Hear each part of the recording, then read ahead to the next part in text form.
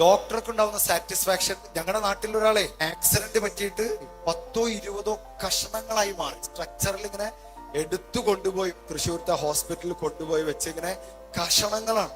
നേരെ വർഗീസ് ഡോക്ടർ അടുത്ത്. വർഗീസ് ഡോക്ടർ ഒരു 55 വയസ്സുണ്ടാവും. ആ മനുഷ്യൻ ഇങ്ങനെ വന്നിട്ട് സാരല്ല ശരിയാക്കാം എന്ന് പറഞ്ഞ് അയാൾ ആ ഓപ്പറേഷൻ തിയേറ്ററിൽ കൊണ്ടുപോയിട്ട് ആ മനുഷ്യൻ, ദൈവത്തിന്റെ കരങ്ങളുള്ള ആ മനുഷ്യൻ 16-17 മണിക്കൂർ ഇങ്ങനെ തുന്നിക്കെട്ടാണ്.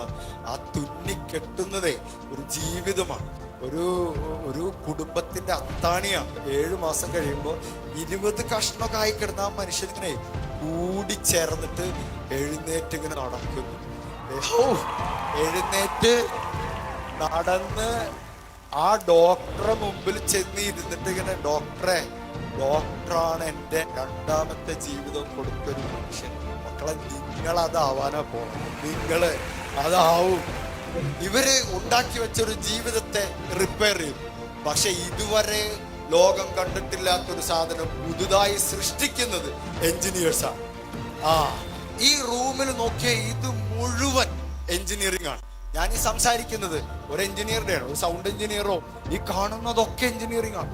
ഇതുവരെ കാണാത്ത സംഗതികളെ മനോഹരമായി സൃഷ്ടിക്കുന്നവരുടെ പേരാണ് എഞ്ചിനീയേഴ്സ്. You are creators.